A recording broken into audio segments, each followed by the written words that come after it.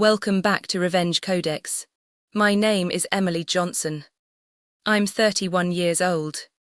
And on a Tuesday morning in March, I walked into my bank branch, the one on Callaway Street with the cracked tile near the entrance that nobody ever fixed, to ask about a wire transfer I hadn't authorized. The teller looked at her screen for a long moment. Then she looked at me. Then back at the screen. "Mrs. Johnson," she said quietly, "your account balance is $42. The branch was busy. There was a man behind me complaining about his mortgage rate. A child was pressing her face against the glass of the candy dish on the counter. The fluorescent light above the second teller flickered in that rhythm that should have been annoying, but had become almost musical. I remember all of that with perfect clarity, because when the world shifts under your feet, your brain starts cataloguing everything around you as though sensation itself is the only thing that's still reliable. $42. 11 months ago, that account held $63,417. Money I had saved, carefully, over 6 years. Money I had built from freelance contracts and silent weekends and skipped vacations. Money that represented, in its most honest form, every version of myself I had quietly sacrificed to build a future I believed inches. $42. I looked at the teller.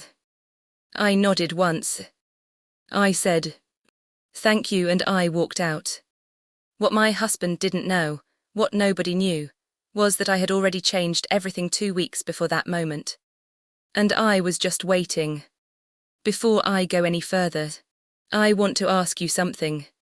And I mean this genuinely, not as a performance. Have you ever been in a relationship, a marriage, a friendship, a partnership, where you made yourself smaller so that someone else could feel larger? Where you carried things quietly because you told yourself that love meant not keeping score? If that resonates with you, I want you to stay with me. Because this story isn't just about a man who stole from his wife. It's about what happens when a woman who has spent years being underestimated finally decides to stop performing her own smallness. Where are you watching this from? Drop it in the comments. Because the thing I'm about to tell you happened in a very ordinary city, in a very ordinary life, and I suspect it might feel closer to your world than you expect. Let me tell you who people thought I was. Marcus used to describe me to his friends as the quiet one, as in, "You know my wife. She's the quiet one." He'd say it with a kind of affectionate condescension, the way you might describe a cat who stays indoors. It was never mean. Exactly. It was something worse. It was dismissive dressed up as fondness. His friends' wives were lawyers, event planners, a woman named Rochelle who ran a mid-size PR firm and wore blazers like armor. They talked fast and laughed louder than their husbands and ordered wine by the glass and debated things. I was a freelance UX researcher. I worked from home. I wore soft colors and spoke in complete sentences and didn't need to dominate a room to feel safe inside one. So to Marcus's circle, I was the background. I was the quiet one. I was the woman who kept his house and edited his presentations and made sure there were always clean towels. What they didn't know, what Marcus had apparently forgotten, was that I was also the one with the master's degree in behavioral economics. That I had built the financial architecture of our household from the ground up. That the quiet they were all reading as passive was actually just focused. Contained. The way a river looks still right before it narrows. That distinction matters. Remember it. Marcus and I met when I was 24. He was charming in the specific way that certain men are charming, effortlessly, and therefore dangerously. He had good taste and a generous laugh, and he asked questions when most men his age were still just waiting for their turn to speak. I thought that meant something. We got married 3 years later in a small ceremony. My father cried. Marcus gave a toast that made everyone in the room feel like they were watching something cinematic. For the first 2 years, we were a team. I was building my freelance practice. He was climbing his way up in commercial real estate development.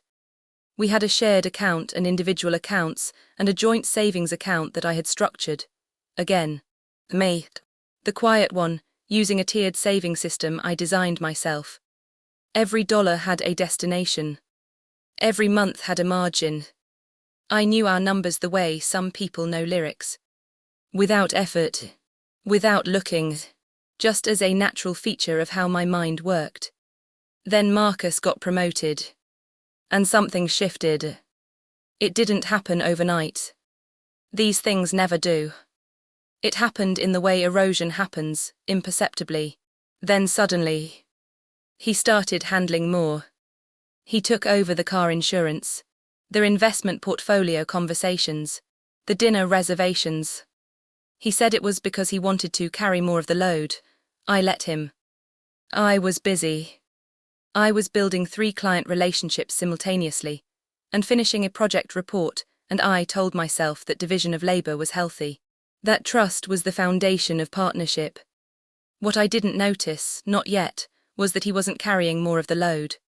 He was acquiring more access. There is a difference. It took me 4 years to understand that difference. The pattern of what he was doing became visible to me slowly, and then all at once, like those optical illusions where you stare at a shape for 30 seconds, and suddenly you cannot unsee the face hidden inside it. The first thing I noticed was small. A recurring subscription charge from a service I didn't recognize. I asked Marcus about it. He said it was a business thing. He'd handle it. Not to worry. I made a note in my head, and filed it in the drawer where I kept things that felt slightly wrong, but had no clear evidence attached to them. The second thing. I was reviewing our quarterly tax documents. I always prepared the initial draft before our accountant reviewed it, and I noticed a discrepancy in the reported income from Marcus's side projects. He did some independent consulting work outside his main job. The number on the document was smaller than what I'd seen him reference in conversation. Not dramatically smaller. Just enough to register as a tremor rather than an earthquake. I mentioned it. He explained it smoothly. Something about timing. About a client paying in the next quarter. It made sense on the surface. That sentence, "it made sense on the surface," is one I returned to many times afterward. The third thing was not small. In September of last year, I was looking for a specific document in our shared home office, an old contract from a client I was revisiting, and I found, in a folder that should have contained our insurance papers, a printed bank statement for an account I had never seen before. A personal account, in Marcus's name only. The balance on that statement was $41,000. I stood very still in that room for a long time. I put the statement back exactly where I found it. I closed the folder. I returned to my desk. And I sat there for 2 hours. Not panicking, I want to be very precise about this, but recalibrating. Because panic is a luxury you cannot afford when you are the only person in the room who understands what's actually happening. I didn't realize it fully yet, but this was the moment everything changed direction. Not him. Me. Let me tell you what I did not do. I did not confront him. I did not cry. I did not call my sister and describe what I'd found in a voice that would alert him something was wrong. I did not begin sleeping on the edge of the bed or stop cooking dinner, or do any of the things that, in a different version of this story, would have signaled to him that the dynamic had shifted. I went on being the quiet one. I just changed what I was doing with the quiet. The night I found that statement, after Marcus had fallen asleep, I went back to the office and I photographed every page of it with my phone. I created a folder on a cloud account that existed on a device he didn't know about. A secondary laptop I used for client work that he'd never been interested in because he found my research work tedious and abstract. I labeled the folder something innocuous. I started filling it. This is the part where I need you to understand something about how I operate. I'm not impulsive. I never have been. My work is literally about understanding human behavior, why people make the choices they make, what systems produce what outcomes, how small design decisions create large behavioral patterns. I spend my professional life mapping the invisible architecture of decision-making. It would be almost ironic, given all of that, to have made a single chaotic, emotional decision in this moment. So instead, I made a plan. The plan had 3 phases. I will tell you about each one. Phase 1 was documentation. Over the next 6 weeks, I built a complete financial picture of our household, not from memory, but from evidence. I requested statements from every account I had direct access to. I reviewed 5 years of tax returns. I cross-referenced bank transfers with calendar dates. I created a timeline, precise and annotated, of every financial movement that didn't have a clear explanation. What I found was not subtle once I knew where to look. Marcus had been systematically withdrawing money from our joint savings account, my savings account, the one I had built and contributed to disproportionately because his income had more variability, for approximately 14 months. The withdrawals were irregular in size but consistent in timing. Just under the threshold that would trigger automatic bank alerts. Not large enough in any single instance to feel alarming. But accumulated, over 14 months, they amounted to just over $60,000. $60,000. That wasn't even the worst part. The worst part was the destination.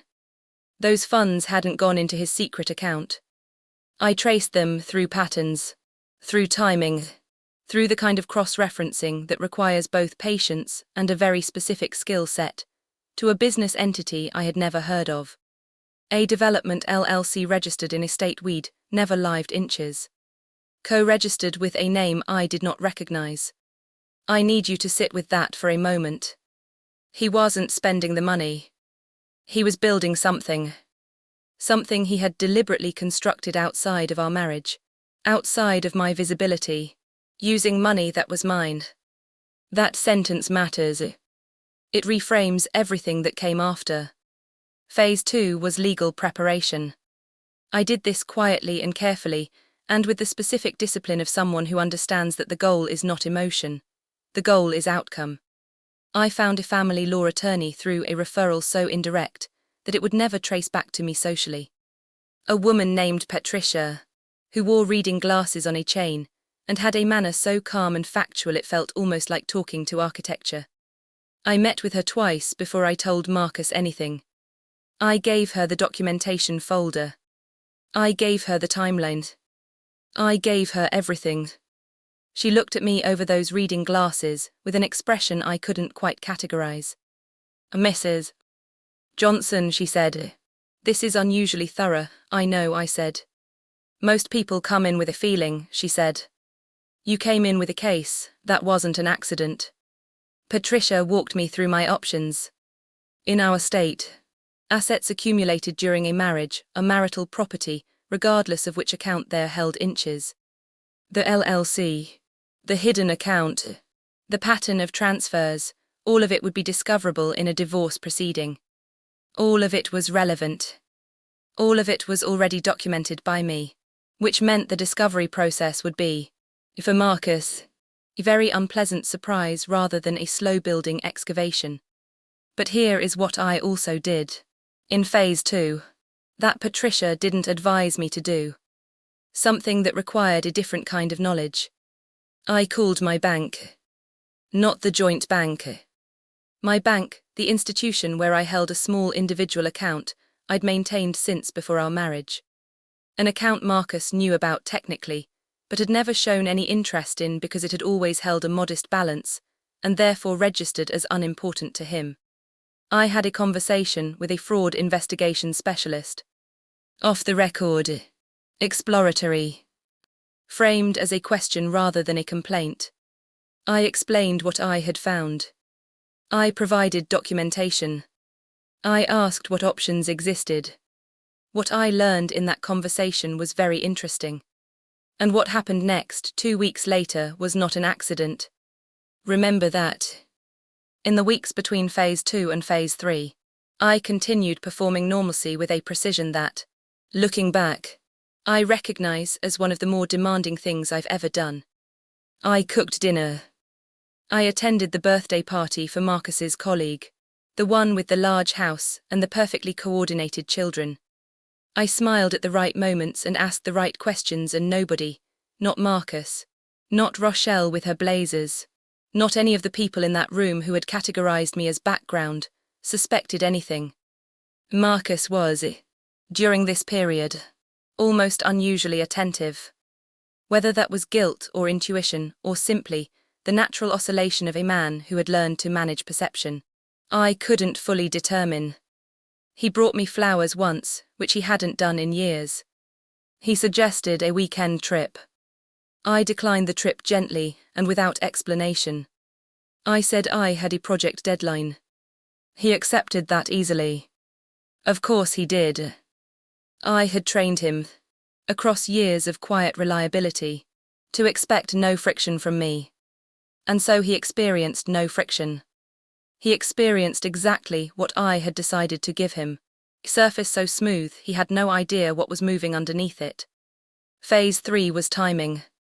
The moment arrived not because I manufactured it, but because I had prepared so thoroughly that when the natural momentum of his own behavior created an opening, I was simply ready to step into it. Marcus had been positioning himself for a large development deal, the biggest of his career. He'd been talking about it for months. A commercial project, multi-investor, the kind of thing that would have required significant financial profile. He had been building toward presentation to his primary investors, a meeting he had been preparing for intensively. What he didn't know was that one of those investors, a woman named Sandra Chen, who held the largest stake in the proposed partnership, had a professional network that intersected, by a degree of separation I had quietly confirmed, with my own. Not directly. Not obviously. But there. I did not contact Sandra directly. I want to be precise about that. What I did was simpler and more surgical. I filed a formal fraud complaint with my bank, attaching 6 weeks of documentation, a 12-page annotated timeline, and a formal letter from Patricia outlining the legal framework. The complaint triggered an internal investigation. The investigation, which I had been quietly cooperating with for 2 weeks by the time Marcus went to the bank to move funds for his investor presentation, resulted in the freezing of every account he held at that institution, including the secret account, including the LLC-linked transfers, including everything.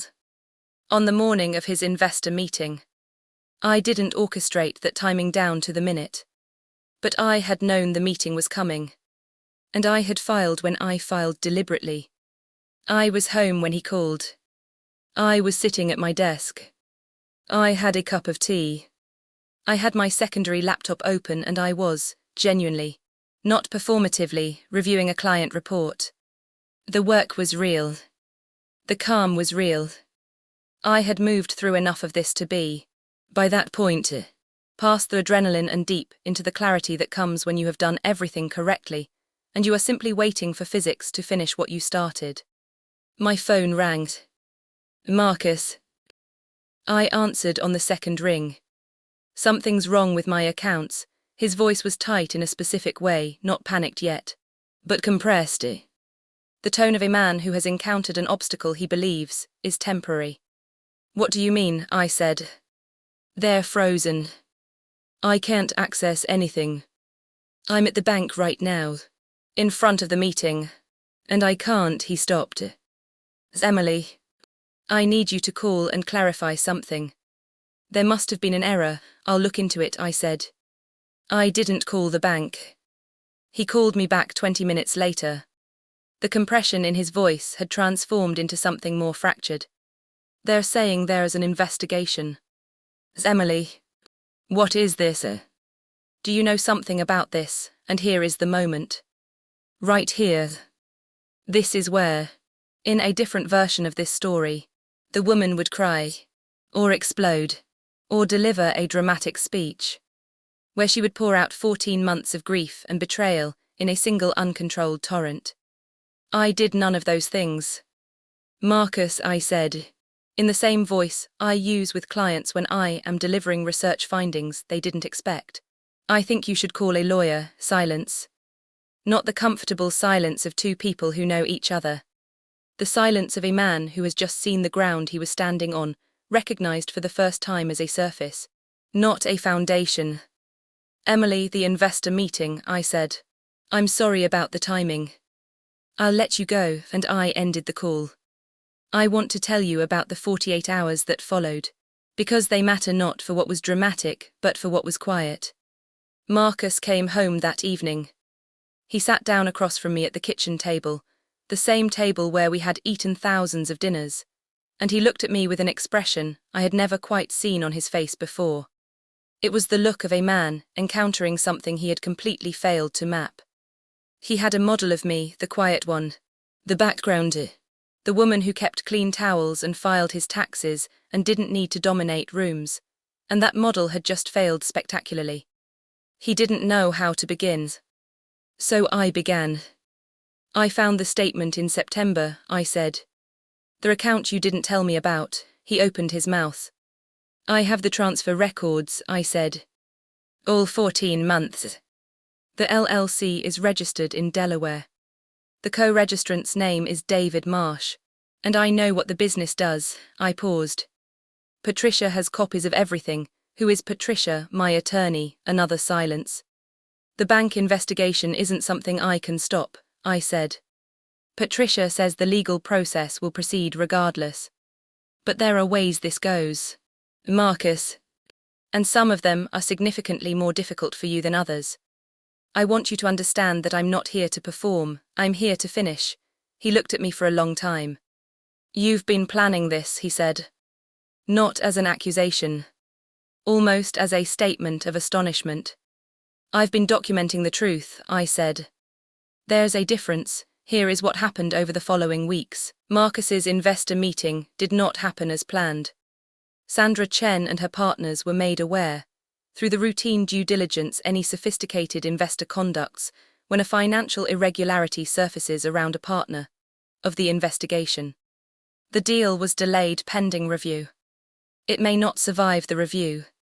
The forensic accounting process initiated by the bank confirmed what my documentation had already outlined. The funds transferred from our joint savings over 14 months were marital assets. The LLC, while legally separate, was established using a pattern of transfers that fell within the parameters of financial fraud under our state's domestic relations statutes. Marcus hired his own attorney. There were conversations, then negotiations, then a settlement framework that Patricia helped me build with the same quiet precision I had brought to the documentation phase. I will not go into detail about the specific terms. What I will tell you is that they were adequate. More than adequate. The quiet one had a very clear sense of what adequate looked like. There is something I want to tell you about the moment in the bank. Not the moment with the teller, the moment on the drive home from the bank that morning in March, after I had been told that my balance was $42. I sat in my car in the bank parking lot for about 10 minutes. Not crying, I had done my crying privately. Weeks before. In the bathroom with the door locked and the shower running. The crying had been real and necessary, and I am not going to pretend it wasn't devastating to grieve a marriage and a future, and a version of trust that turned out to have been, in some important way, a performance I had not auditioned for. But sitting in that parking lot, I was not grieving. I was doing something else. I was feeling for the first time in a long time, like exactly who I was. I am a behavioral economist. I understand systems. I understand that behavior is not random, that patterns are not accidents, that the structures we build, financial structures, relational structures, the invisible architecture of how two people relate, eventually reveal their underlying logic. Inevitably. Sometimes catastrophically. But always truthfully. Marcus had built a system premised on a miscalculation. The miscalculation was me. He had read quiet as absent. He had read patience as passivity. He had read my willingness to carry things without complaint as evidence that I lacked the instinct for self-protection. He was not the first person to make that mistake. He was the last person who would. Rochelle called me 3 weeks after the investor meeting fell apart. I almost didn't answer. Then I did. "Emily," she said. I wanted to reach out. I heard some of what happened and I just wanted to say," she paused. "I don't think any of us really understood what you were dealing with." "No," I said. Without hostility. "You didn't," a small silence. "If you ever want to get coffee," she said. "I'd like that," I said I would think about it. And I meant it, not as a social performance, but as an honest expression of genuine uncertainty about what I wanted my next chapter to look like. I was 31 years old and I was, in a very real sense, beginning again. What I had was a legal settlement, a client portfolio, a cloud folder of documentation, and a very clear understanding of exactly who I was. That felt, on most days, like enough. There is one more thing I want to tell you. About a month after everything had been formalized, I went back to that bank branch on Calloway Street. Not because I needed to. Not because I was performing anything. I went because I had a transaction to make, a deposit. A real and substantive one. The first installment of the settlement into my individual account, and I suppose, if I'm being honest, because I wanted to stand in that space again. With different information than I'd had when I stood in it before. The cracked tile was still there. The fluorescent light above the second teller was still flickering in that rhythm. The candy dish was still there. I stood at the same window. Different teller this time. A young man with a careful part in his hair. I made my deposit. He processed it and handed me a receipt with my new balance printed at the bottom. I read it once. I folded it and put it in my jacket pocket. "Have a good day," he said. "Thank you," I said. "I will," and I walked out into ordinary March light and I thought about the $42, and about the version of myself who had stood in that same place 6 weeks earlier, with a number on a screen and a very, very clear understanding of what she needed to do next. She had already done it. If you're watching this and you're in a version of this story, any version of it, at any stage, I want you to hear this clearly. The quiet ones are not the absent ones. The calm ones are not the weak ones. The people who don't perform their pain in public are not the people who lack their architecture to survive it. Sometimes the most powerful thing you can do is nothing visible. Sometimes the most devastating move is the one nobody sees coming, because nobody was paying close enough attention to understand you were capable of it. I was always capable of it. I just had to stop explaining that to people who were never truly listening. My name is Emily Johnson. I'm 31 years old. I am a behavioral economist and a freelance researcher, and someone who keeps very precise records and moves with deliberate patience through high-stakes situations. And I am, for the first time in a very long time, exactly where I intended to be. If this story stayed with you, you know what to do. And if you're carrying something heavy right now, if you're in the middle of a situation where you haven't yet found the clarity to see the full shape of it, stay with it. Stay precise. Stay quiet. The river that looks still is not standing still. It's building pressure.